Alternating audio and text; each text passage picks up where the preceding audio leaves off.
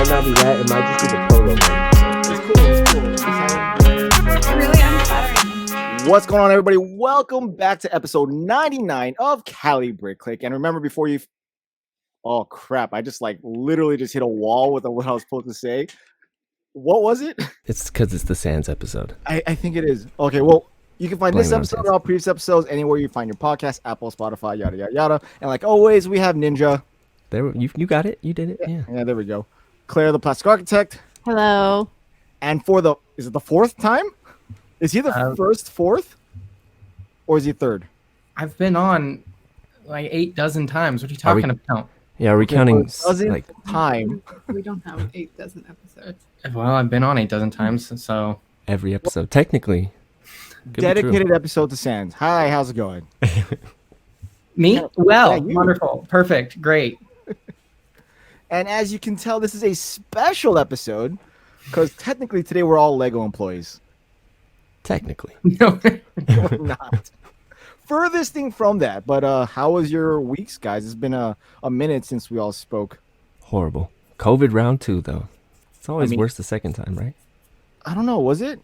I don't know. For me, they both felt crappy, so... I think I had it pretty bad for like a day the second time I got it, but then that was pretty much it. After I that, don't know if I've had it 2 or 3 times now, but it hasn't been that bad. 3 times now. I don't feel like it's been that bad. It's just like an extended cold that's more of a nuisance than anything Yeah, else. Like exactly. instead of just being awful throwing up, it's just constantly picking at the back of my head for 2 weeks or 3 weeks or And, like, however long. It'll fade away, and you're like, oh, I'm good. And then it just slaps you again. You're like, what? I thought I was better already. But so now yeah. that it's getting cold, I was expecting a lot of people to get it like right away, like or like having it to be rampant again, but like no one's really talking about it. So I know people are still getting sick That's because there's new, better diseases to be talking about. COVID, that's so last year's news. It's not popular anymore. It's not trending. No, the new It's just expansion pass came out. Monkeypox is where it's at. That's right. Upgrade them. Well, aside from getting sick, this weekend there's some crazy things going on, like the website, or right now I think the ×5 double VIP thing. Yeah, you can redeem like 100 VIP points for certain quantities off of specific sets. So we actually redeemed 100 VIP points for $100 off the train, since we haven't bought the Harry Potter train and we're planning on it anyway. But it forces you to buy those specific sets during this like 12-day period or something like that. So you're gonna get the train. Yeah, which we were planning on getting. But they also have the same deal on like the Camaro, the Loop Coaster, Oh, okay. the Atari. And what do all of these sets have in common? No one is buying them. Yeah, exactly. The Camaro sounds interesting to me because I thought it was a decent price in comparison to the rest of them, and I kind of liked it way better than the Mustang anyway. So I might bite, but none of these intrigue me to buy, regardless if it's ×5 VIP, because I didn't really want anyone to be with. I don't know if those are ×5 VIP. I don't know I don't there's a lot of specific stuff going on. And then you have to spend like $250 to get the new Lego house buildable duck. Why do you only... It has like 6 little builds in it. Oh, the Lego house builds, the mini builds. The Lego That's house this builds. weekend, But right? yeah, the Lego house builds, yeah. You just So also refer to that's the I duck. call it the duck because that's how they're advertising it. Literally, the face of it, it's just a duck. Like if you go on the Lego website right now, it's just the duck. Oh, cool. And Okay, I thought that was T-Rexes. just in Billund or something. Oh, yeah, that's right. The T-Rexes are on there. Yeah, the dinosaurs. Like, I'm completely confused with what's happening. I did not hear about most of this stuff before 20 minutes ago, so... Well, Yeah. to me, like I had to like watch a couple people's videos like twice to kind of understand it, and then of course read what it says. But it's kind of hard to keep track of. So yeah, ×5 VIP points for like one of the, or sorry, 5 or 6 of the large sets. And you have to redeem them online. I guess you can only buy them online, supposedly. I don't know. It's really confusing. You can't like, everyone's trying to figure out if you can kind of like get double VIP or use that for double VIP, or like buy now, come this weekend, use double VIP for this weekend, let alone whatever 30% off sale. Because remember, they have like 30% off sales like leading up to it the weekend before, just for like 2 days, and then they go back to like Black Friday. There's like a 30% off sale for specific sets for like every day until Cyber Monday. All I know is we obviously don't have the answers here, so please don't count us for a resource in any shape or form. Yeah. Even though we're wearing Lego aprons. Yeah, this is It's a where facade. I retired, so So, are you guys gonna go hard this year with Lego Black Friday spending? It doesn't feel like a lot of people are. I mean, we have almost everything that we want. I don't even know what Black Friday deals there are, but there's not really anything. Oh, okay, that's not entirely true. We want everything, but there isn't anything that we really want that we haven't already bought. So You can get in the train though. So we have the promos coming out, but we already know. I mean, if they're going to be on the same trends as last year, I remember like every day there was like 5 sets that were on discount, that were only on discount for that one day. Yeah, I think we're more likely, to be totally honest. Like I'll answer for both of us, since right now I tend to be the one who's hitting buy on that app with the exciting promo. I have a feeling Amazon will have some better deals that we're leaning towards. That's like kind of what happened last year. But for what though? We bought almost everything we want because of a discount already. There's always a surprise. You know, you see something for 50% off, you're like, I could be convinced. You could be convinced for full price though. Yeah, true. For me, But I for have less is currently better, I have I 2 guess. windows open with like 2 bricks and pieces like sets with pieces that I want in them. Yeah, we have pieces that we need to. Yeah. So they're literally like they're not available to buy, but I'm just hoping, fingers crossed, that this weekend it miraculously pops up because some of the pieces did today. Wait, Not all of them. Bricks and Pieces goes on sale as well for Black Friday? That's what I was No, just but you thinking. get double No, VIP. you get regardless. double VIP though Yeah. for it. It's a good time. you get the Like I times find it 5? worth it to get bricks and pieces during double VIP. The so I'm corn gonna buy them cobs anyway. go $5. So No. It's not necessarily worth buying things you wouldn't normally buy, but it's just if you need those things and you were going to buy them regardless, it's just why Might not? as well. I Yeah. need Viking helmets. Yeah, and we need some pieces for like some of the Corn. modulars. Yeah, no, we're not So- building Ohio anymore. So I'm hoping I continuously hit refresh like every couple hours when I'm on my computer to see if those pieces come up. So I'm at least hoping that they come up during Black Friday because I will definitely be able to get enough for that promo. Yeah. And then call it a day. Plus double VIP, I think it's worth it at that point. But I'm not going to get any of those large sets. One, it's just none of those intrigued me to begin with, and 2, like I have nowhere to put any of that. If the Bull Clone helmets come back in stock, that's something we will probably buy since they have the torsos and the legs. But we don't think they'll ever come back in stock. I didn't even know that was. Oh, it was. Yeah, that's the how, torsos, horns, and legs and heads are still available, but the helmet It's the helmets. has not been. Yeah, that's how I initially got him some, like, for his birthday or something one year. I got him like 40. Wow. That's about where it stopped though. But So they were the like, army's on 'cause it was, they were like less than $3 a pop for all of it together. Right? It's easy to get a lot. What do you think about it like that? Okay, I don't think you need more excuses to. Yeah, Chai, come on. All right, I'm okay, addicted, wait. and it's okay because it's cheap.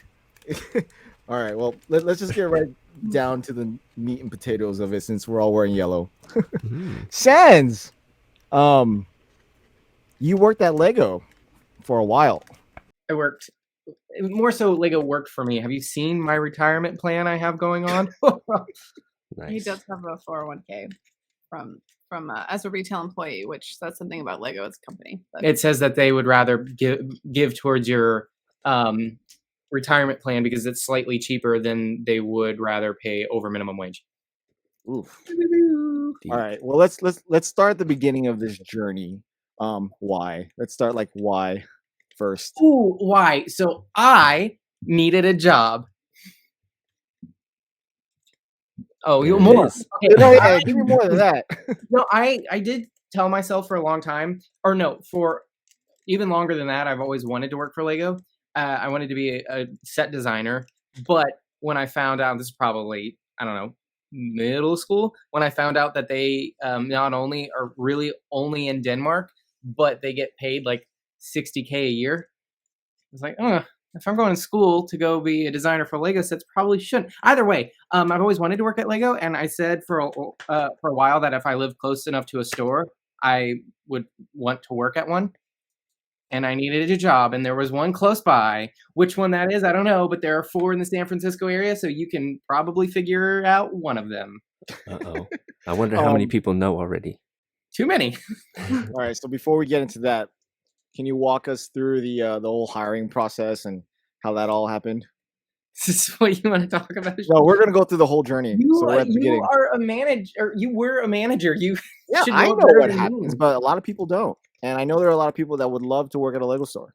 Well, you could explain it. You have a little bit more experience from the hiring perspective. You're such Would a you have terrible dad. hired Sha- Wow. Like, deflect. I'm not deflecting. I'm interviewing. Would you have hired Sans? Me personally, I would have, but Nice. apparently I wasn't supposed to. Okay, but hold on. No, let's be fair. So, just for specifics, a cover letter and resume and stuff are required. So that was put together. Shai also did a once over of draft one before it was sent over, and you said I would hire you. Oh. Yeah, because someone had another peer review helping with said cover letter, and You volunteered. Stop it. You said I want to write it. yeah. So You wanted it to worked. do it. so I have a That's what little bit of matters. experience with that stuff, so I helped with that. And I will say that is only step one of It's like step 4 one. steps to getting hired. You still have to go through two rounds of interviews to get hired for a minimum wage part-time retail position at a mall. It's a bit much, Lego. a bit thorough of a filter to get people in. I mean, it's why the shopping experience is different as well from a consumer's Yeah, because there's a bunch of perspective. stupid morons that wanted to work there. All right. So, is there like do's and don'ts as far as what they should put on a resume, how they should act during the interview? This is a question for me or you. I think I did the resume. Shut up.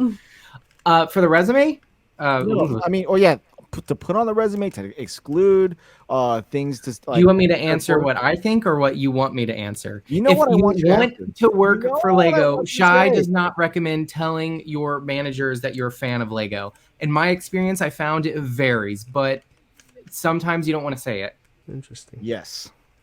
I So think the reason why I wanted to get into that is because during my time, it was recommended that if you are a huge Lego fan, like you don't want to make that apparent as you're applying to the Lego like retail side of Lego. Obviously, this is just one group amongst the entire group, so like you can't say that Lego in general doesn't like to hire fans of Lego because that is completely not true. But at least for North America retail, that was a stigma that or to at least be prepared for that if you were a fan of Lego, leadership is supposed to be cautious about hiring them.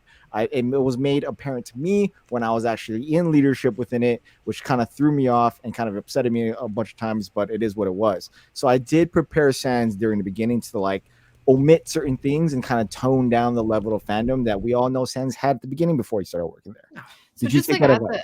as a caveat to that, during the time that this was happening, I asked one of my really good friends who has worked in HR at a lot of different companies, and I was like, isn't this so weird that we were told that he can't express his love for the hobby applying to the face of the company? And she's like, actually, that's not weird at all. And like, she's like, think about it this way. She's like, fandoms, people tend to bring a lot of emotions when it comes with them and bring that to work. And it ends up being, from a management perspective, a lot more problematic in some cases. Like, so I can see from that perspective, it's like people tend to have opinions that are not necessarily in favor of the company, but they're in favor of the consumer. And that's not really like the role. But I think there's like a fine line that it's like, are these people like working at the retail store just looking for a discount? Or are they looking or are they looking for somebody because they like love it so much that they want to be around it and that they want to talk to other people and like other consumers? And like that's really, I think, up to the discretion of the managers to figure that out. So from my particular experience, it seemed like a lot of people that were being hired or that were looking to get hired didn't either know about the discount or didn't care about the discount. There was a lot of non-Lego fans that wanted to get a job there, which was kind of shocking because it's not necessarily hard work, but it is particular in the way that you have to operate in a way that I don't know or understand why most people would want to work there if they weren't a fan of Lego. I will say from my personal experience, while I might have noticed a few things that would seem like you wouldn't necessarily want to be a fan, one of my close friends that I met through working there, who worked there as well, was very upfront. And when he was doing his virtual call, he was like, yeah, this is my dad's in my Lego room. Do you see our city? Do you see this city? And in the other room, in my bedroom, there's even more Lego. And then his first day working there, he spent like $1,000 on his discount day one. So my particular manager wasn't necessarily affected by that. he cared more about your personality. And if you liked Lego, that's a benefit, but you can be taught about Lego and its product more so than you can be taught how to not be a jackass. Yeah, that makes That's sense. the way he described it to me. Not necessarily those words, but a roundabout way. That's how he said it. No, that's fair enough. Like for me, like I didn't for my interview process all the way up into hired. Like I didn't really express. Like I said, I enjoyed the product, I loved it, but it wasn't like this. They weren't apparent. Like when I did the video interviews, this wasn't in the background. Yeah. Let alone it wasn't at this scale at this point. It was actually a lot smaller. But like, you didn't wear an apron even before you showed up. That would have been. that would have been funny. No, I'm ready. It was I'm ready. on I'm my already other- ready. You don't even have to buy me an apron. I'm ready. Found this I'm already online. Hold on one second. Well, for years, or is he going to Just cut this He'll out? cut it out, yeah. He doesn't need to be here. He's not really adding anything to it. Yeah, this is the Sans episode. That's a perfect short right there, by the way. He doesn't need to be here. Just to add anything to it. That could be applied to all three of you, or just one of you. Mostly. Like it down could be here. applied to The any of bit's you. over. It's not a bit. I was about to say that I have known a couple people. I knew people for a few years leading up to working for Lego that expressed their distaste for the Lego group, and how some of them were employees that may or may not have been bent over and raw dogged. But so I was a little bit concerned about sharing my passion for the brick. But I lied and said, "Oh yeah, my girlfriend has a few sets." I had some when I was younger. Yeah, I think we had set him up like in front of the shelves in the living room. And there's like three There's sets. like 3 small sets there, like some brick heads and stuff. And like I think he pointed to them, and those were mine. Like I was the one that was a fan. So and then actually, I mean, you should talk about this because you're the interesting one here. But talk about how when you first started, like you were like so hesitant to show, and you couldn't even control yourself in terms of like data that you knew, or just specific facts. And then every time we went in to buy something, every time we went in to buy stuff, we had to pretend it was like all for me, which is fine. But we did that for a little bit, No, but we I didn't know. So like the first week you work there, Shai, you're probably familiar. The managers, one of the things they take you through is like getting familiar with the product and the themes that are out, and they give you a whole employee passport, just a pamphlet going through, and like you have to write down details about the themes and like remember what they are and figure out what they are and why they work, why they don't work, who they're for, who they aren't for. And it was me and another person, we were hired at the same time. The other guy was somewhat familiar with Lego. He was familiar enough to recognize me from one of M&R's videos, day one. That wasn't terrifying. But No, like we he were, didn't like, know that much. sweating Also, he bullets. didn't care that much, but I knew it all. So I just like skipped through it all. He's like, "Do you know what this is?" And I would just spew it out because I don't have a lot of self-control with that. If I have knowledge, I like sharing it. So The Lego. and my encyclopedia. excuse was, which is a true excuse. I just said though, yeah, when I start something or get into it, I really get into it and spend a lot of time looking into it, which is true. That is But- very true. It is, but talk about that lady. no, Shai's She's funny. Oh, okay. interviewing. Oh, let's talk about that lady. No, Shai's interviewing. Shai, next question. Because this actually works with like the timing, because it was during this period where we were like super stressed out and really scared and constantly scared that they would find out the channel. a YouTube channel for those that aren't aware. You may or may not know, but I occasionally dabble in content creation. And one of the concerns about working at Lego, or one of the concerns rather Lego has for their employees of whether or not they have an online presence, to the point where my manager said when he hired me, if you have social media, don't. He said he didn't have any and he didn't do it, but he would give examples of like they don't want someone like posting a picture on their Facebook with a red Solo cup in hand or whatever, like throwing up or passed out while working at the Lego store or whatever. And it's even more so once you work there and you can read all the employee documents. You really aren't supposed to have any sort of social media presence, especially one that's may or may not critiquing, criticizing, or just talking in Lego in general. You can, but you got to be real careful with it. And seeing since I am not and have never been, and my most popular video, even now, And it came is out. me It came bitching about a Lego set. Yeah. I was concerned, very concerned that someone would find out. Like I said, the guy that got hired the same week I got hired recognized me the first day we worked together and said Sans instead of calling me by my name. And I thought I misheard him. But then he said it again, and I was like, shut the fuck up, asshole. So, you know, a lot of concern.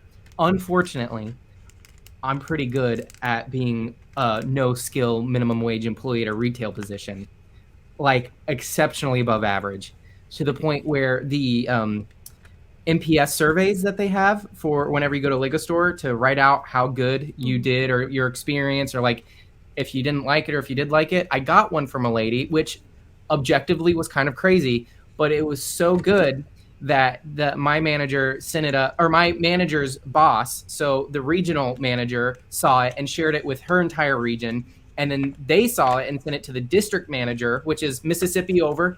She liked it so much, she sent it to the national head person of all Lego retail in Connecticut, and as far as I'm aware, that's where it stopped, but there's a strong possibility that also went over to Denmark. And they showed every single manager in all of North America that review at the very least. So I was a little bit concerned. This was like week 2, by the way, that Oh, he sent me a text message. He's like, I'm gonna be fired like any minute. I was like, why? He's like, I got the best review. It's like gone viral, essentially, and the equivalent of it.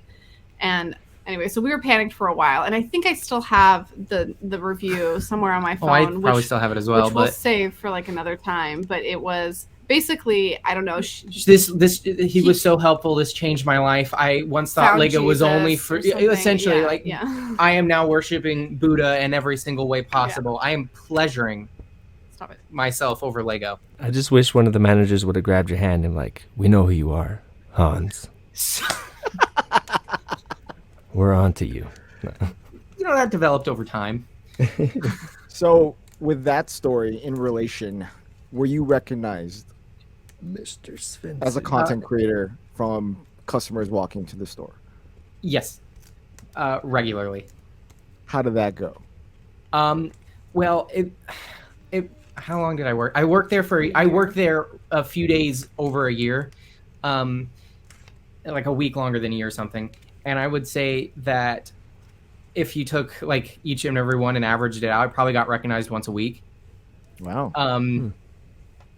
Which in retrospect is kind of absurd. But oftentimes people were just, they would either like, because they don't, it's not that I'm huge, and most of the people that recognize me through Ryan's content, but they're like, a lot of them you could see their face, or like they would look at you extra long. I mean, at one point I had someone circle me, like stare me down, because we had San Francisco, in the Bay Area, you have to wear a mask in most places. So most of my tenure there, or at least half, I had to wear a mask. So that gave me some animosity, and anonymity. That one, sea anemone, and as well as not using my channel name on my name tag. I was so concerned that people would like recognize me. I almost went by my middle name, so people, if they recognize me, wouldn't know my first name. That's how concerned I was. But no, oftentimes they were pretty relaxed about it, and they would just ask casually. Other times there would be people that would walk in and scream from across the store, "Stands!" And then I would, like, I don't know how more people didn't hear it or realize that I worked with, because a lot of them didn't up until like right before I left, and I was telling them, or like some of them found out later down on the line. But it happened too many times for comfort, and I'd have to I made that motion, or like shut up, or like please don't, and I would like pull them to the side of the store where there were less people, like, so no one knows I work here, and my managers definitely don't know, so shut up. There was like a small politely. There was like a small child that he had to like No, for like the first few months I lied to people, because they would ask me and I'd say, "Oh no, you got me mixed up," or "No, I would play dumb," and it really upset me to do that. I didn't want to lie, but one of the times I did it, it was like it was Ryan's average audience. He was like 6, and he was like, "Are you?" And I was like, "No, you are no," and he left. But no, actually, he left the store and then came back because he recognized me, and like I guess it clicked in his head. So he came back into the store to ask me, and I said no, and then he left. And I felt I went after a few moments. I went out to see if he was still outside to tell him. I felt so bad. So right around that point, I either was like wishy-washy about it, and I was trying to be obvious, or I just outright just said yes because I was feeling like crap telling people no all the time. Like, dang it! I wanted you to sign this brick. Or one time, someone was checking out. or like walking out of a store, and he said, "Tell Claire I said hi," and I honestly don't know. And that'd be strange if you weren't on YouTube. It's strange if you're on YouTube. And I was like, I played dumb, but I was like, excuse me. He said, yeah, Claire, tell her I said hi. Who? You're Sans. Like, just wanted to I like your guys' content. So I was like, no, I don't know what you're talking about. I hope, like, if any of the Cali Brick Clique listeners were any of the San Francisco visitors or residents who recognize him, sorry, he lied. I did we were afraid. We were very afraid that he would lose his job. I put a post on Instagram saying, like, in my outfit saying I'm no longer work at Lego, but most people, I'm pretty sure, didn't think I was being serious. But there was at least one comment saying, I knew it. I kept it in for so long. My brother didn't believe me. So, at least one person actually follows me enough to see that I posted that. But I don't know how many people actually care enough. Or it was just like, hey, he's from Ryan's videos.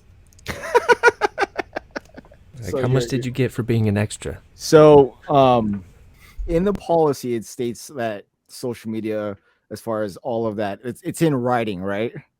Oh, yeah. They're essentially contracts that you sign. Like, you don't necessarily sign all. I saved all the paperwork. I told my manager when I didn't have all of it, when like new stuff came out, I asked for it. I said I'm making a scrapbook, which is kind of accurate, but more so to like look back on for future video purposes, perhaps, or not. I don't know. But, yeah, it's essentially the paperwork. Like, I'm working at Lego. I will get fired if I do these things that I'm not supposed to do. Well, it's a typical company handbook. It's like a company ethics, and you like basically if you sign the handbook, you agree to the rules and the decorum of it, which is totally. It's honestly, it's like completely normal. That's the way my manager described it. Was like the same way high school guidance counselors describe it. Like, you're not going to look good for college if you're throwing up because you're drinking underage. Because most of the on your that permanent work record between high school or in college. But it's really like when you read it, it's more so they don't want people that work for the Lego store making content to share early information, because the Lego company is extraordinarily open to the extent where you can see not a very high position. You can see a lot of information that should not be shared. So it's more so, do not make news content, do not leak information, do not share in-house videos or something. Yeah, just give it to someone else to do. Shouldn't be filming in the store unless it's just like pictures on the floor, for the most part. Like, you can't be filming. Well, even that kind of changed later on, because they did have all those changes where content creators would have to get permission, or they couldn't film inside the store or whatever, which was an issue because some of the employees I worked with took it a little bit extreme, and like, because it was no one could film in the store for a little while, including families. It was like, put it away or I will cut your throat kind of mentality. I mean, to defend Lego with that, like, Urban Outfitters did the same thing for a very long time. Like, we had a lot of people like steal a lot of like Forever 21.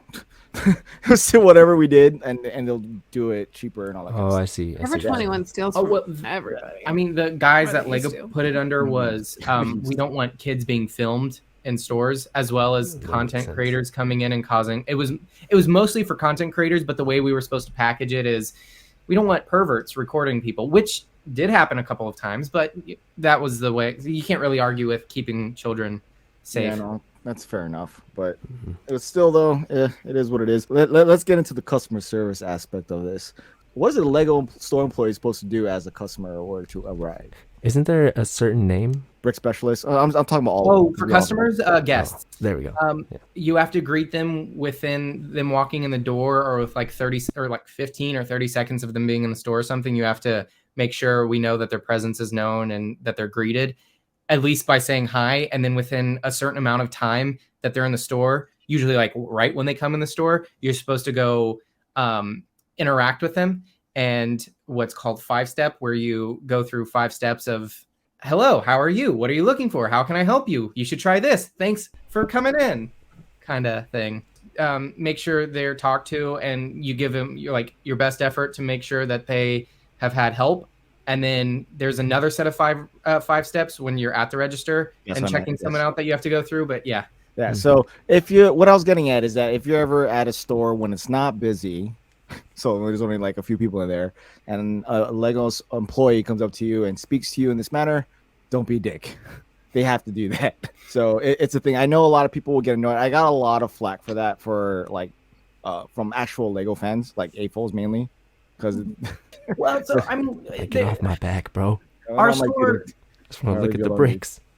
our store had was mostly had a lot of tourists or just people that come in once or twice, if ever. There weren't a ton of regulars. There were a couple, but like if they were regular enough, we didn't 5-step them. We would just either greet them or and like if so. I had an issue where I didn't 5-step a lot of people because I know when I go into a store, if someone's trying to help me out and I don't want help, I don't want to be bothered. I don't want that interaction. I'll just like, thanks, no thanks, moving on. And I know that's a lot of people out there that like it, and you can usually tell. So when they came in and they're like, how are you doing? You need help with anything? No, I'm good. Okay. And instead of pushing it forward like you're supposed to. So I got not necessarily reprimanded, but I definitely did read my reviews a time or two when I wasn't supposed to, and saw that was my number one complaint while working there, was like I didn't 5-step properly, which whatever, the people were less annoyed. So I did not got it's not that they got on to me, but they definitely told me a lot to 5-step more, and I wouldn't. But people, it seemed like they were happier overall with it. But like if they were low, or if they were regulars that came in, not even the managers or anyone from 5-step, like they might talk to them for a few minutes, but it was mostly just like, hey, how are you doing? If they wanted to talk, you talk to them. If not, it was like, let me know if you need any help. That's the one thing I do miss, is talking to the regulars. Some of them are weird.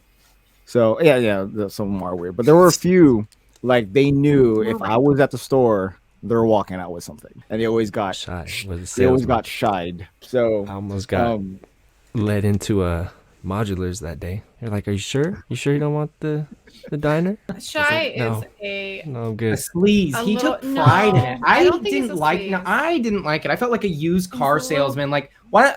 Buy this one. It's good. I hated Shy's that. a little bit of a bull. No, I wouldn't say bully, but like you're like a peer pressure. You're like a definitely, and not necessarily, not even like in other aspects of your life too. You're like, do it, jump. You're like, and if you don't jump, I just push. Yeah. Let me help you. actually, yeah. That's so true. Claire has me to the T on that one. Overall, how do you think your work experience was with the Lego group? A mixed bag. So, like I said earlier, the work isn't necessarily hard, but it is very repetitive, and I apparently do not do well with the exact same thing every single step, every single way. It's not, you're not proactively doing a job. You're not digging a ditch to fill another ditch and then digging another ditch to fill another ditch. It's you stand there and wait until something is happening. Sometimes there are other things to fill the time, whether it be restocking or whatever it was. But most of the time you were standing there waiting to talk and help the next person, which I found tediously dull and boring. Our store was unique, and there's always a greeter at the door, but our store was unique because of theft rate being as abysmal as it was. Someone had to be at the door to open and close the door to prevent people from walking in and stealing, because California and even more specifically San Francisco have this lovely little law where you can steal like up to $1,000 worth of stuff and get like a speeding ticket, and you can't do anything. Like the thing they said when I started there, do not touch them. If they take it, you can verbally try to tell them to not go, but just let it happen. Essentially, call security. They can try to deal with it, but you don't touch them. It's not worth it. So standing there and closing the door for at least an hour a day, because we would do an hour shifts, was boring, really boring. But on the other side of it, I was able to talk to a ton of people about Lego, which I'm a fan of. What? So yeah, I got to talk to so many people or tell people about things that I might not know, which the breadth of my knowledge with Lego is pretty vast. So I was able to tell so many people so many things, and no one at the store knew more than I did. So at some points I would even be like, my manager would ask me for questions, for help with some things, and he's been working there for like 12 years. Not too often, but occasionally enough. So that felt good. Or just having conversations about something I like, or working with people that also like the stuff, or like talking to the people I work with and running our mouths about other employees, even though our managers really didn't want us to. But it's like, what else are we going to do? That guy sucked, and we're here for 3 hours and no one's come in. So there was enjoyable aspects, but also standing there doing nothing for 8 hours at a whack was awfully boring. Yeah, I agree with that. Work at the Lego store, I found moments where I'm like, I'm at a standstill and I can't do much because there's nothing I can do. and like I've never had that. No, before. no, and it was, and I tried to be productive. So for a long time, I would, if I stood at the door, I would have a notepad or a notebook or something with me, so I could write out video ideas and like not scripts, but like outline videos, because I had nothing else to do. I would just stand there and hold the door open or close it, and I hate it. But to be fair, the door thing was fairly new, right? That wasn't a thing. No. Our store is the only store that did it. The store I worked at is the only store in North America that had to do it because of theft. The only one. Yay. Every store has a greeter, but we were the only store that opened and closed it. Now, there might be other stores implementing that because our tactics, because we are...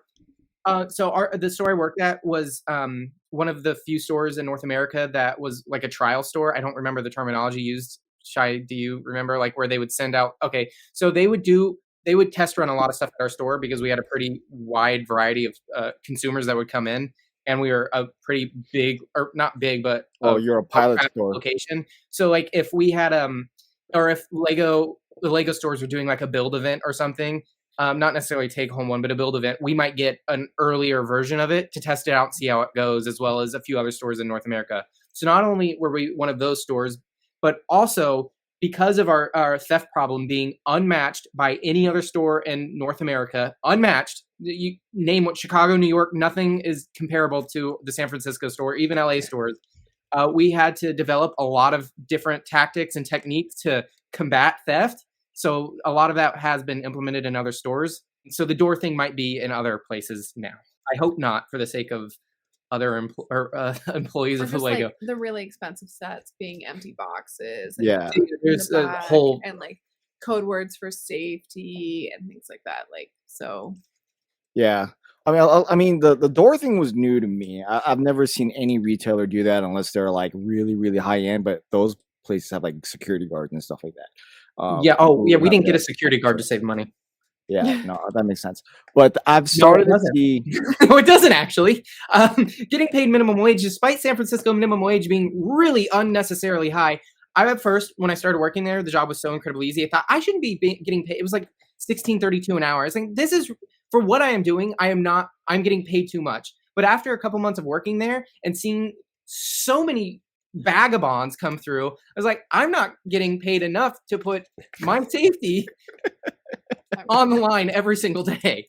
And it might not seem, I know the absurdity of saying like, you worked at Lego, you're fine.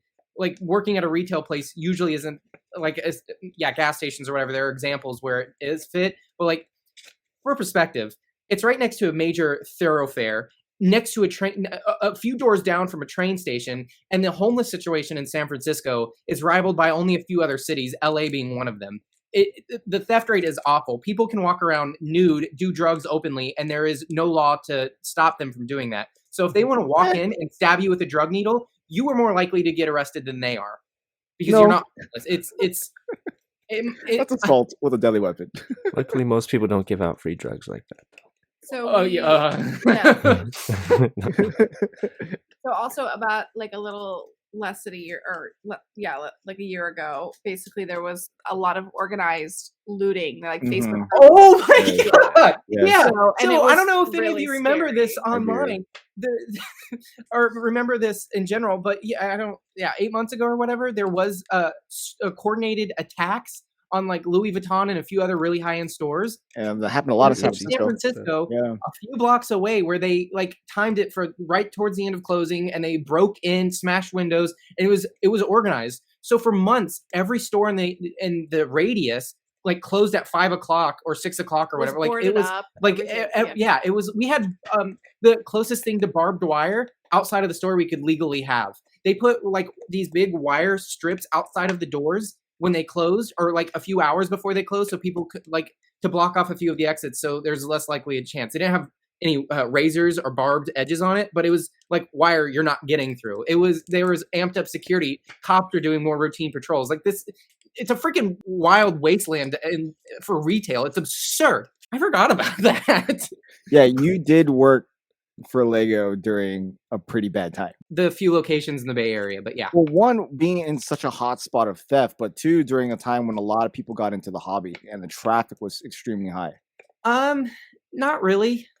Because the Not that Bay or store. California in general, COVID took a little bit longer to go away than other states. And people are still now pretty hesitant to go do stuff, especially in San Francisco. I was working there for like 6 or 8 months or whatever, and people were just then coming in when we had been open since I started working there, obviously, but like open regularly, masked or unmasked a couple of times because they went back and forth on that, whatever. But there were people coming in like right before I left, like, I haven't been out of the house in 3 years. I can tell. Yeah, there's definitely a lot of that here, but also San Francisco is like a pretty dense city, and like most people don't have a ton of space, so it's not really like a super frequented store. Like there's not like big buyers of Lego like there are. There were a few. There's a few, but it's not going to be like other places. So I we know, were one of them. Yeah, I know that. Like, so there's like a lot of other, like, this is obviously we're talking about the downtown store, but there's a lot of other stores. Hey, thanks. Now they know. In the greater. Please don't harass the people that work there unless they didn't work there when I worked there, in which case I don't care about them. But the other ones, some of them, don't harass. Can we get names? What's it called? You're getting confused with your audience versus the Cali Brick Clique audience, but that's a different conversation. I don't know who's gonna watch this. So the greater surrounding area has like more, bigger buyers, I think, of Lego and stuff like that. Yeah, they had a lot more regulars than San Francisco specifically. Yeah. And that makes sense. I mean, the LA stores were, every time there was an opportunity to go, every time I went during the pandemic, like dead hard the pandemic, it was busy. So it was actually really fun for us because like during release days during the pandemic, we could show up like 20 minutes before opening and we'd be like first in line for like big release days, and it was kind of a ton of fun. But even those big, like the biggest day of the year for I think most stores, but especially our stores, May the 4th. I mean, it's like crammed for an hour and then it's a trickle. Yeah. That's always normal though. It's always. Well, I mean, I don't know, the Austin vlog. Yeah, like crazy. You see other stores where like we have to get here 8 hours early, and then we still have to wait in line for another 10. And it's all day and it sells out. But our store, because it was in the city and there aren't a lot of people, and getting a $400 set onto BART, the local train system. So you have to have a car, you have to park the car, you have to, or you get robbed. You run the risk of getting robbed. So like it's just like, so a lot of big sets we would sit on for a long time. Walking around with a giant yellow bag.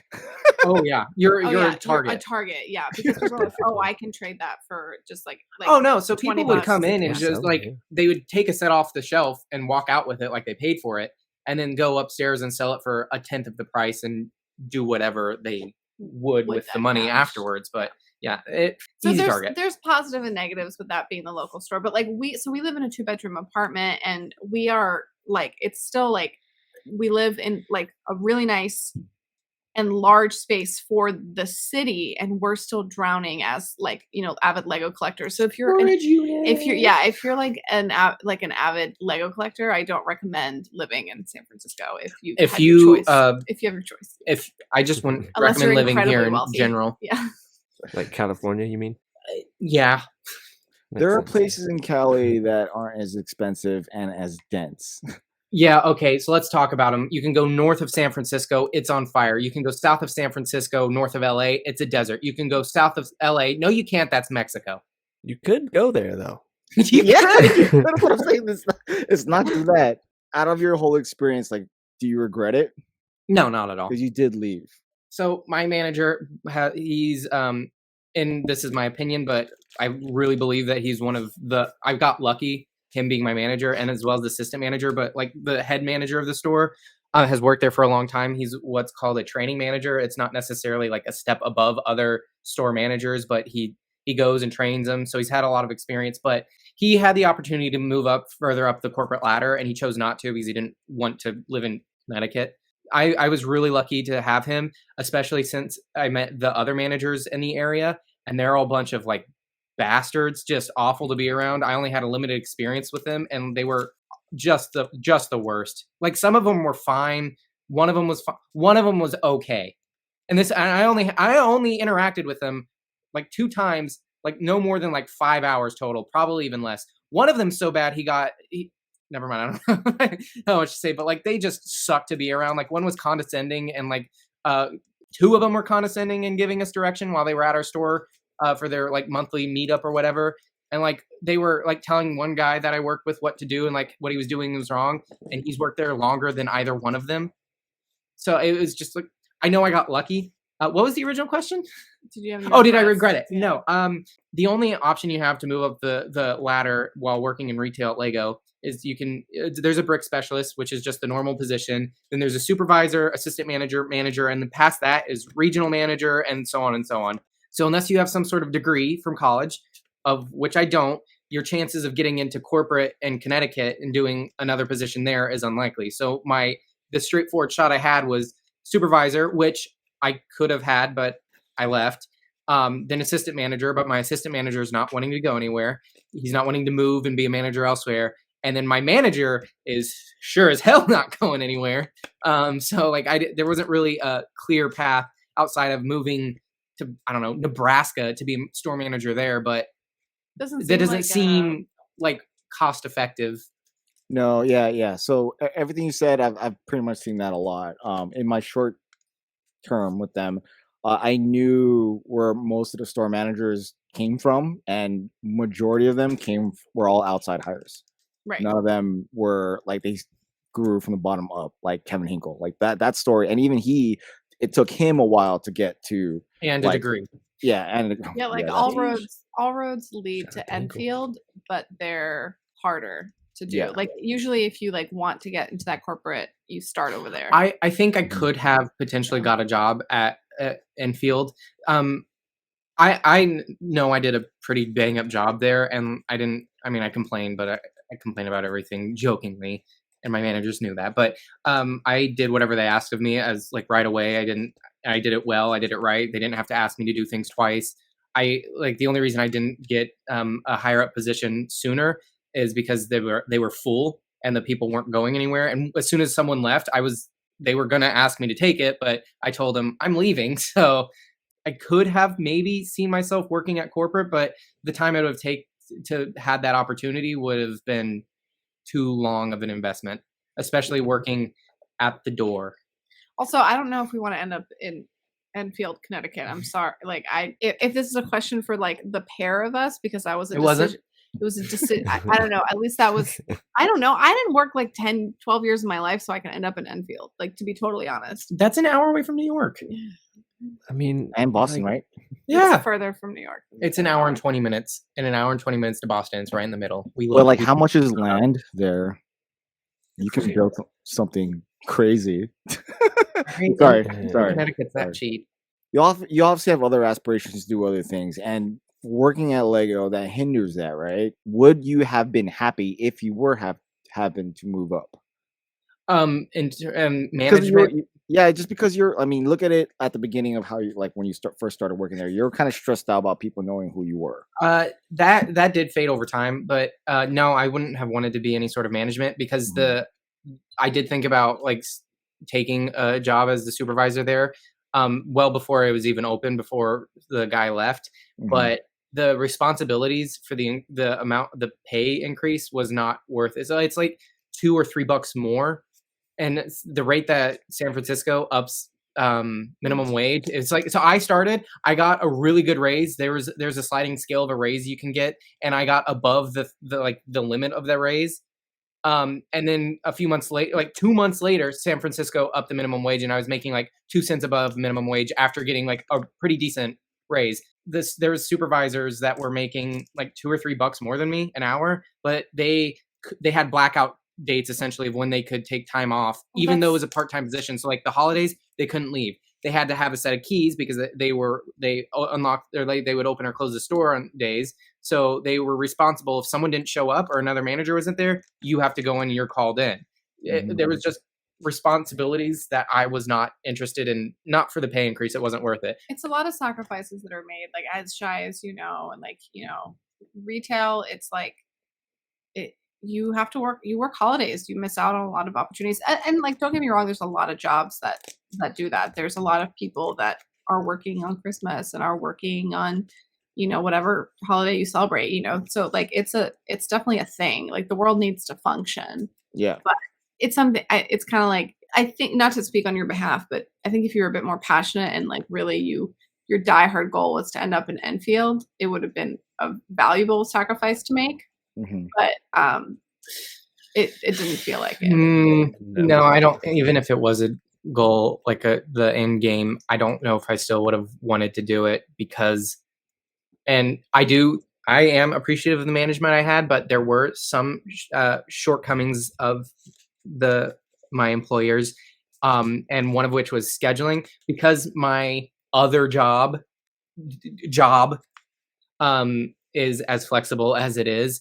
I could go in whenever they required, but because of that, they kind of I don't want to say took advantage, but like I would ask for certain time off and I would get the time off, and I asked for a lot of time off, but then I also, when I got back, I worked 6 days in a row or whatever it was, and other people were not. And when I asked for a specific schedule, I didn't really get that. And I wasn't the only one. There was another person that also wanted a specific schedule, and they worked a similar amount that I did, more than me.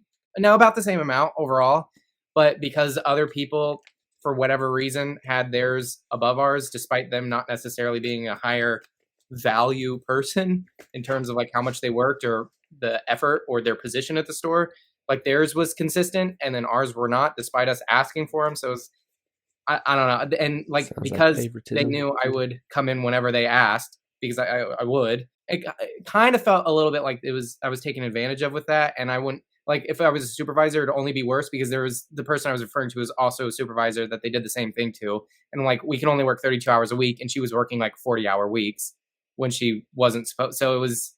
Well, I guess if I was the objective person and you were telling me this, that means like you didn't set your boundaries clear enough with your manager. Yeah, agreed.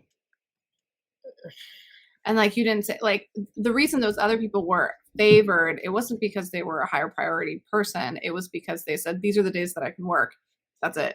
Yep. And so I didn't necessarily. Okay, some of the words So you had open availability, like Monday through Sunday, or sorry, Saturday through Sunday. I said I could come in whenever because I can work around it. But then later on, I asked, I said I need specific days now. I said that I wanted just 3 days a week, 3 8-hour days, which is like a little less than what you can work anyways. And then I got it for like 2 weeks, and then they just put me back on. And even bringing it up, it was never fixed. And I brought it up a few times. It was a little bit weird. I don't really know how the scheduling works. I don't know how retail scheduling works, but like he was working like, part-time. So he's maxed out at a specific 27, 24 hours a week, whatever it is. And so, they can't work more than that. If they do, then it gets into a whole mess of things, especially in the state of California. And so they have to work a specific amount of time. But then that 24 hours would get spread out over 7 days. And so sometimes he would work like 6. It just doesn't. It was like 4 or 5 hour days. And so or like, something. and like getting up, getting dressed, going to work, blah blah blah. Even if you go for like 3-4 hours, it was really that short, but it has a different. It was like bigger impact, it was like 3 or 4 5-hour days, and it was like you got to be in at noon. So all right, so a little insight on that. Lego uses this program called Chronos, and a lot of the companies use it too. Urban got into it like right as my last year and some change before I got out, but I had the freedom to manipulate it however I wanted by changing parameters and how I want things to happen. So I had a lot of freedom at that company to do it. At Lego, not so much. So whatever the schedule says that the shifts that needs to be met, and based on the availabilities of every single employee that's in the system, it automatically generates it. And if the person who has the power to change it moves it, it gives it a point dot to how many, it's like, okay, you can't do that. You'll get a point there, or you'll get a check mark here. And then your supervisor, whoever's in charge of that person, will be notified how many times they manipulated the schedule. So based on your availability, based on what the store, this computer thing decided to create for that day, based on what the projected numbers were supposed to be for those sales for that day and or traffic, it created that week schedule where you're kind of getting screwed based on those numbers. So that means that your store manager didn't fix it. But those initial parameters, right? Like availability, right? That's like, it's like employee availability. That availability should have been fixed differently. And so for him specifically, he should, and it was his responsibility, in my opinion, to like push that again, even though he asked once, Yeah. ask again, I did ask again. Yeah. several times. Yeah. Yeah, but I mean, like, I've also been in the position of the manager who's like doing the scheduling. It's like sometimes like stuff you just you don't usually get upset if someone reminds you of stuff like that, you know? And I think Right. what I'm thinking about in my head about how Lego was last year, if they're going based off of numbers of the year prior, that means they're scheduling what they were making the year prior, not expecting this influx of traffic and sales. So, and the thing is, if they don't spend these hours every day, they're going to lose it and they won't have it next year. So, if you're projected to spend 50 hours in that specific day, and that's what the schedule made you, but you made you made a ton of money that day, that the next day you're going to get a little bit more hours because it's going to think that you're going to need that traffic. Does that make sense? So so you're getting extra hours, and if the manager doesn't spend it, it's like a complete waste, and they're never going to be able to see it again. So they want to spend these hours. So that's the reason why you'll get these random call-ins and stuff like, hey, do you want to work or whatever? I'm just speaking like from like my end. I don't really know what was going on in your store, but I can see how. And I'm not defending them because I wouldn't have allowed an employee to do that. I mean, to work more than 5 days in a row, it shouldn't happen. You should only work 5 days in a row at most, and then you need a break. Me personally, I would have changed the parameters to work a minimum. Like if you're coming in, you're not working like no more than 7.5 hours, no less than 5. Because coming in less than that, because I've seen the machine do that. I've seen the computer go 4-hour shift. I'm like, what the? No, cut this hour there, put this hour, just tweak it up, and then boom, I'll take the. I know it sounds like I've been complaining a lot about it, but for a long time it wasn't a big deal because I did say I had whatever availability. I told them I could come in whenever you wanted. I'm very flexible. And it would happen like you get a day on, day off, 2 days, a day off, and then 3 days or whatever. But it was like back to back 2 weeks. So it'd be like 5 days in a row, day off, another day off, another 3 days or whatever. And it was fine for the most part. It was only annoying when I brought up multiple occasions that I would like my schedule changed, and then it didn't happen, and then maybe I should have brought it up more. But my manager had a pretty shoddy memory as well, self-admittedly. So there you go. I don't know. I didn't want to. Well, it was like 3 months in, I was bored, or like 2 months in, I was bored. 3 or 4 months in, I started trying less to.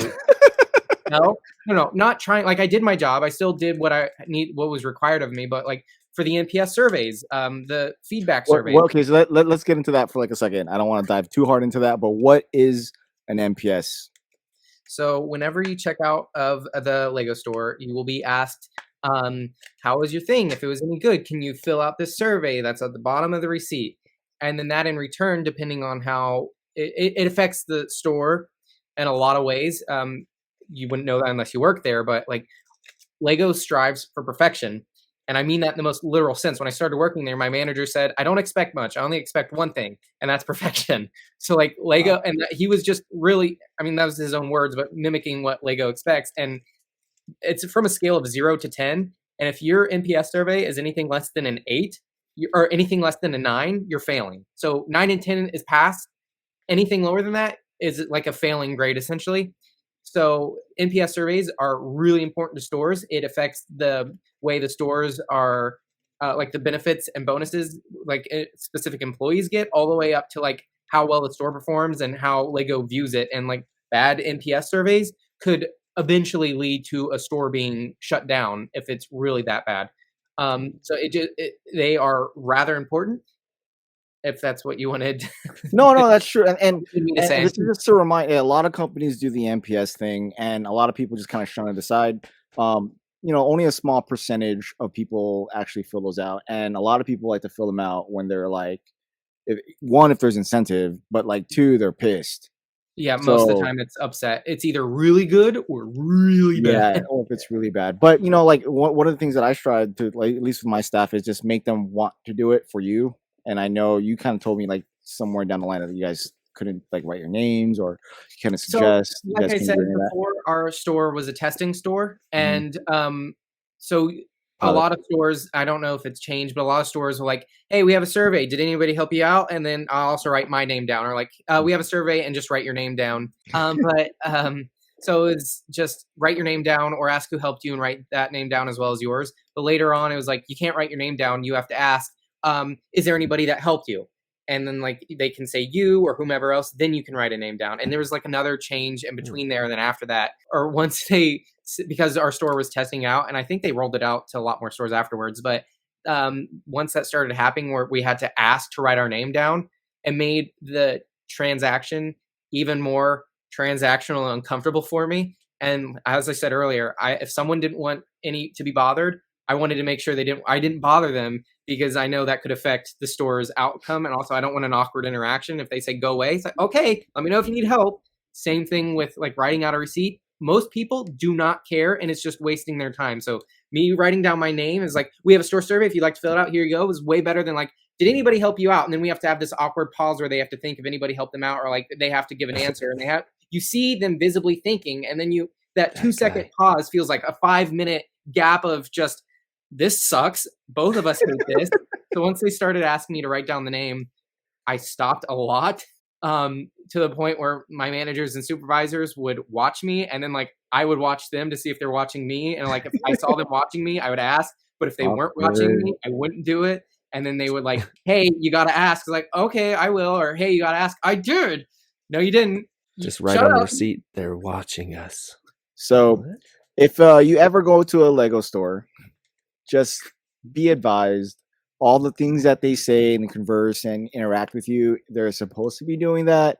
Please don't take it out on them. And if you really did have a good experience, hook them up, because they definitely need that. If you just heard right here that if they're not being paid as much as they should have been, these do affect their bonuses and any other income that can come their way. Which is kind of alluding to, but also shows the fact that Lego really strives to have really good customer service. Well, a lot of people that work at the retail store or for retail in Lego, they are objectively usually more kind and sympathetic people. That's a reason why their interview and review process to get a job at a retail position has so many filters, because they want someone there that is happy or welcoming. So a lot of people that work there, with the obvious exception me, are nice and like don't mind talking to people. So like they have to, but also they some of them even enjoy it. I wish I would have seen Lego employee Sans without you knowing who I was, because obviously that interaction would have been different. Like, this guy's hiding something, right? No, Like, I've seen him. He's just the same goober like when we're at Lego conventions, like running around. No, that's if someone's wanting to talk. I'm just professional. I'm there for a job. I'm not there. He doesn't have his phone with him. He like no, I was the only person that left my phone in my locker. Seriously. Like I'm there for a job. I'm supposed to do a job. I might complain about it jokingly, but I'm doing it. I'm getting paid to do it. The euphoria of working for Lego, how that lasted 3 months? No, not so. Like the first 2 or 3 months, I actively was striving to be the best one there in terms of like NPS surveys. He kept bringing home like free stuff all the time. Yeah, it was so much fun. But like after that, like after 2 or 3 months of working there, I was like, okay, I don't know if this like pushing people to do NPS surveys is worth the $50 Lego set I'm getting or whatever. It's like, and over time I just got a little jaded towards it. It's like, I don't care. I'm going to get free Lego anyways, because we just have so much of it. And like, I know I'm not going anywhere with this, and it's just less awkward conversations. And then it was fun for a little while because there was a competitive aspect to it, because there was someone there that was like doing really well.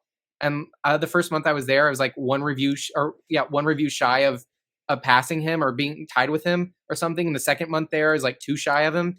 And for context, like someone getting, at least at our store, like 3 or 4 NPS survey reviews is in a month is average.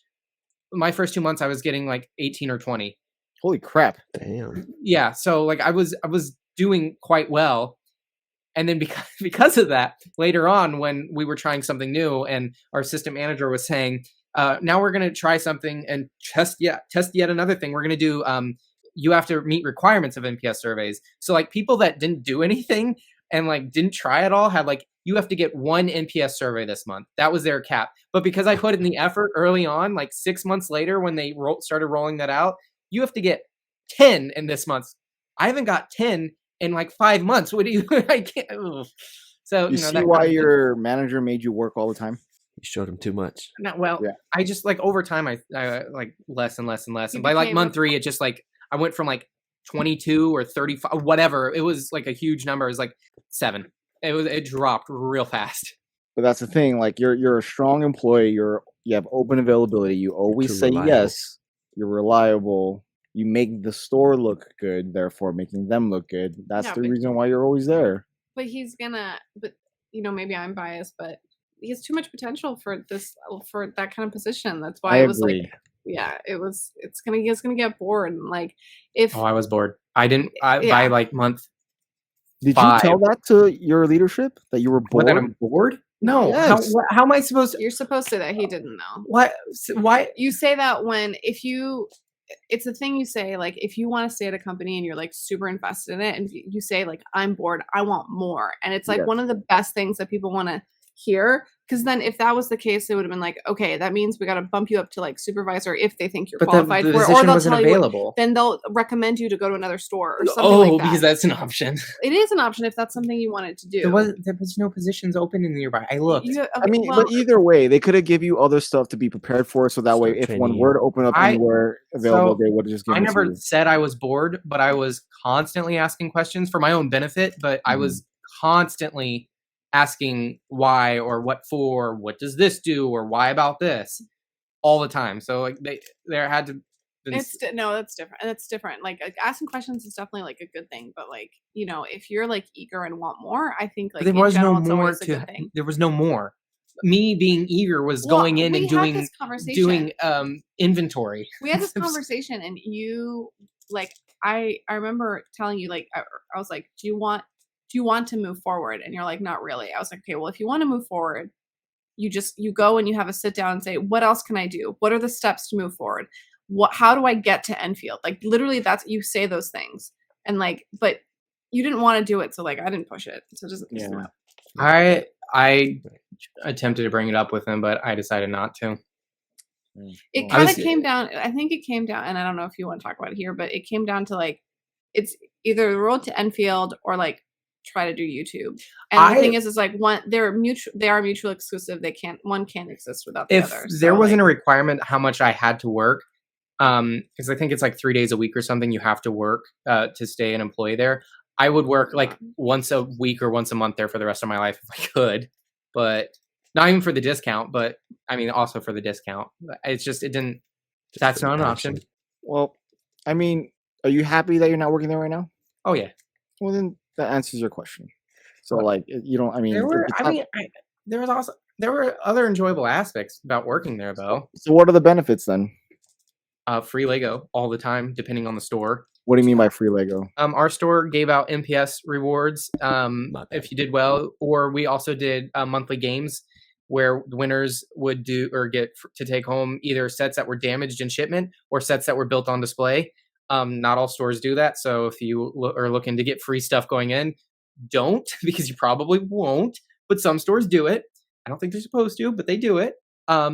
There's also the benefits of inside information if that's something you're interested in, like the working process of a lot of stuff. Like I said earlier on, the amount of information available to even really low level employees is stupidly accessible, like unnecessarily accessible. So you get to see a lot of things that you wouldn't normally get to see, which is really exciting. And even like as an assistant manager or manager, you get even more ridiculous amounts of information, like production costs on a single set. It goes way deep, and you get to learn about that. You get inside information. You get to see Lego's perspective on a lot of things. I didn't grasp that for a long time because the whole time I worked there, I never referred to us or we as in Lego, maybe as in like the store that I worked at, but it never felt like I was an employee for Lego, but more so an employee at a Lego store. So for me personally, there was a little bit of disconnect. And later on, like, I mean, I appreciated the whole time through. I'd always come home and tell Claire, like, did you know they thought this about this current thing? Isn't that wacky? Isn't that wild? But that's one benefit for me, but I am what you could call a mega super dork nerd. So like, I don't know if everybody would get the value out of it that I did. a lot of people there are pretty fun to work with because they are meant to be nice. They're just nice to talk to. But other ones, like it seems like at Lego stores specifically, there's a wide variety of people that work there. Like a lot of people I worked with were around my age and like going to school. Some of them were not. There was one guy that all he wants to do for the rest of his life, or at least during this time, he was 50 and he just works at 2 different toy stores because that's what he enjoys doing. He's been manager at other places before. He's done other things. He was offered the ability to become a manager. He doesn't want to do it. He just wants to go in, work his 8 hours, unload the truck, and like go home. And the dude has a lot of like getting to know him and a bunch of other people with whatever backgrounds was exciting. But like unless you're a really big fan of Lego, and I mean like super like 1% of 1% fan of Lego, I don't think there's a lot of value working there. If you're not like a really big fan of Lego in general, I don't think you should work there as a part-time minimum wage job. I think you should work at literally anything else that a mall might offer because they have less requirements. You don't have to wear an outfit. You don't have to be prim and proper. You don't have to wear a sleeve to cover tattoos if you have tattoos. Like there are a lot of, when I said earlier that it's not hard work, but they expect a lot out of you, they do. You have to be properly dressed. You can't act up. You like clean shaven in some instances. Like you can't be wild. You can't wear a different colored shirt. You have to like Remember be the wrong color khaki. Yeah, wearing the wrong color khaki pants. So And that's why like, no facial hair. Okay. No, I can't grow facial hair. Like you have to be positive all the time with guests. You have to be active and engaged with guests all the time. And most of the Lego stores are really small. There are exceptions like the Orlando store in Disney. That's a whole different beast. But like most stores that people would work at, they ask a lot for the wage and salary that you get. So unless you're a really big fan, I don't think it's worth it. So ultimately, you don't recommend someone to work at a Well, the Lego people store. that are watching this probably wouldn't work there because they have other jobs. But like the people that don't have jobs that might be looking, that are watching this, yeah, they probably would want to go. If they're listening to a podcast centered around Lego, I would assume they're big enough fans to get something out of working at the store. But Yes, be I mean- cautious. It could ruin your experience with Lego. I don't know. I had a lot of good experiences and I had a lot of bad experiences that weren't necessarily from Lego, and I wouldn't necessarily call them bad, but if I were to describe some of them to you, like any other person, they would say, yeah, that's probably not a healthy environment to be in. But most of them did not come from not working with Lego directly. It came from my own baggage with Lego and my view on it and my perspective on Lego and all the history I have with it and the way I perceive them and their product and the way they handle certain things or the kind of guests that come in. All right. Well, I think talked we. a lot, no one else has really said anything. That's fine. That's the point. You're welcome. Well, I'm just saying. I mean, this is fairly good knowledge for a lot of people that don't know. And there are instances where people kind of go in like rants about either working great, like things that were great about working for Lego and things that weren't. There is a really good place to find this information. If you just type in Kevin Hinkle on YouTube, and you can learn his entire story. So But there's also positive ones out there as well, to name a few. he has a different view and experience. No, yeah. I don't Very know. My experience. So I heard from you. I heard from Kevin. Reed from Hope Castle. Like I know all of you worked at Lego, and I've heard all of your things. And I know I had a different position, but like I don't think Reed was ever a manager, or maybe he was, but I don't know the experience he had versus the experience I had. And again, I wasn't a manager, but they were really, really different. And like and no, nothing against him. I'm just our experiences were different working there. But I know he has complained a lot about how Lego treated AFOLs, which I didn't necessarily see. If anything, I saw in terms of like the packets and pamphlets of information that were sent down to us, it's quite the opposite. But he also said from the workplace. But again, my manager is different, and he was a good one. But like he didn't care if you like Lego or not. As long as you weren't a jerk, you were good. If you like Lego, so be it. If you like Lego, but you were a dickhead, you're not coming around. So I don't know. I just had a different experience than that. And then, well, Hinkle is, had a, corporate. Yeah. Way different. He got deep in there. Yeah. I never really ranted In there. completely about mine. Lego. But for me, just to kind of like give you some context of what Sans just said. Here we go again. I'm not gonna dive heavy into it, but I'm kidding. Go ahead. I've talked the whole time. I'm just saying, like, in my experience at a leadership level, like running the store, I was informed to be cautious about having AFOLs within my store team. So, but they also kind of sandwiched me with saying we're still all fans of Lego. So it's like, okay. Either way, I was given a word of caution about AFOLs, both from the very first training day about interacting with them to like a word of warning when they found out of people who I have in my staff. So I had multiple instances in my time there where it wasn't really a plus to be a fan of Lego. Which was my caution. I know Hinkle has also said very similar things, and it probably really comes down just to my manager and him being exceptionally good. I think your manager cared, and he found other value in other things, as he should. And I feel like the people who feel that the way that I'm giving caution to, these people, they're very strictly like there's no passion behind the brick for them. This is business, so they see the negative and they harp on that, as opposed to seeing the positives behind that. Because I had to literally sit them down and be like, let's just watch these two employees. Fan, no fan. Let's see how this interaction goes. And like 9 times out of 10, the one who was a fan would always be able to convert the sale or add on to it, versus the other one who just could only answer so much. You know what I mean? I like I said, it's not like I don't believe this is everybody in the very beginning. I'm not saying the entire Lego company is against AFOLs. Obviously, they're not. I just know that the North American side, at least at my time, things could have changed since. Especially with the whole adults welcome thing, which is a whole like new thing that happened afterwards. And the pandemic, I'm sure, changed the way of a lot of things, because there was also a shortage of people trying to like, retailers trying to keep people in staff. So maybe that has kind of changed up since I left, but I probably not. I really think it's just my manager. He's your manager, so he at one point between work, because he was a training manager, he had left and went and trained people, and like between work and a vacation and like being sick or something, whatever it was, like he was gone for a month out of 2 months of work. Like 2 months, he was gone a week, there a week, gone for 2 weeks or whatever. And our store was fine. Our numbers were up as high as they've ever been, and like it was running smoothly. So I think we were just the exception more so than the rule. I mean, he has this functioning store that functions without him there. That means he made a good store. I guess it's true. If it works without him there, then he has systems in place that work. I don't want to give him too much credit. You have been the entire episode. Yeah, because I'm worried I might have to go work there again. All right, well then we'll just leave it at that. So, does anyone else have anything to ask of this former Lego employee? Really? I've been talking this whole time. No one has anything to ask.